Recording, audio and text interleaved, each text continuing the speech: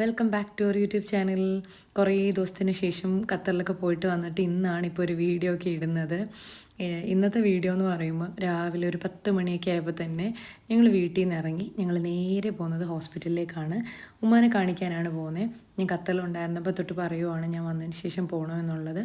തണുപ്പൊക്കെ തുടങ്ങി കഴിഞ്ഞപ്പോഴത്തേക്ക് ആൾക്ക് കാലുവേദനയൊക്കെ സ്റ്റാർട്ട് ചെയ്തു.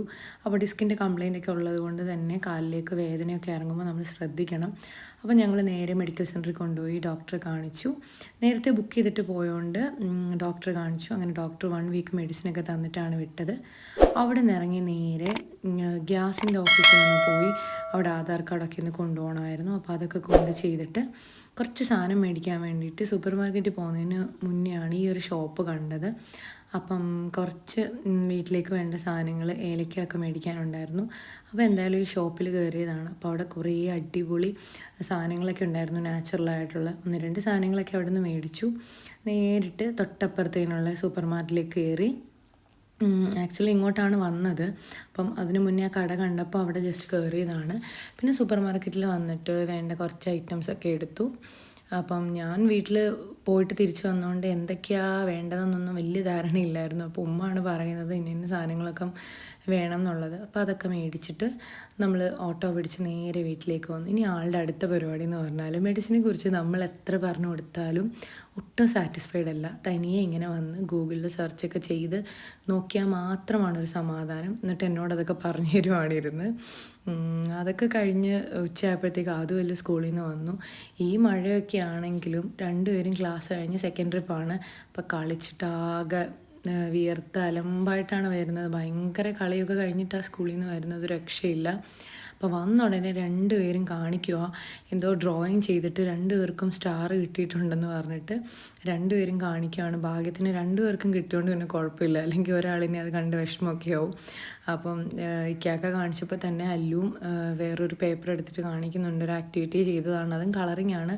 അപ്പോൾ അല്ലുവിനും സ്റ്റാറൊക്കെ കിട്ടിയെന്ന് പറഞ്ഞു. അപ്പോൾ ഉമ്മ പറയുന്നുണ്ട് കളറിങ്ങിൻ്റെ സ്റ്റാറൊന്നും കാണിക്കാതെ ഡിക്റ്റേഷൻ എന്തെങ്കിലും ഉണ്ടെങ്കിൽ അത് കാണിക്കുന്നു പറഞ്ഞിട്ട് ഉമ്മ പിന്നെ ബുക്കൊക്കെ എടുത്ത് നോക്കുവാണ്.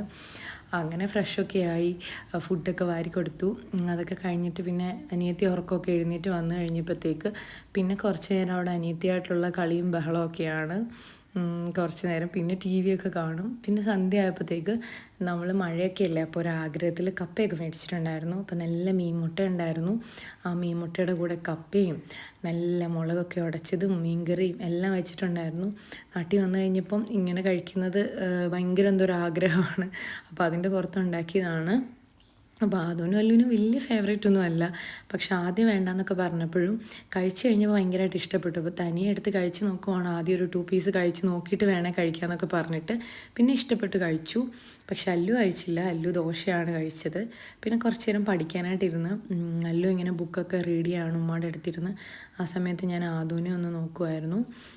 ഇപ്പോൾ കുറേ ദിവസം ആയതുകൊണ്ട് തന്നെ പുസ്തകമൊക്കെ എടുത്തിട്ടാണ് ഇപ്പോൾ പുതിയ കാര്യങ്ങളൊക്കെ നോക്കിയത് ഞാനിന്ന് സ്കൂളിലത്.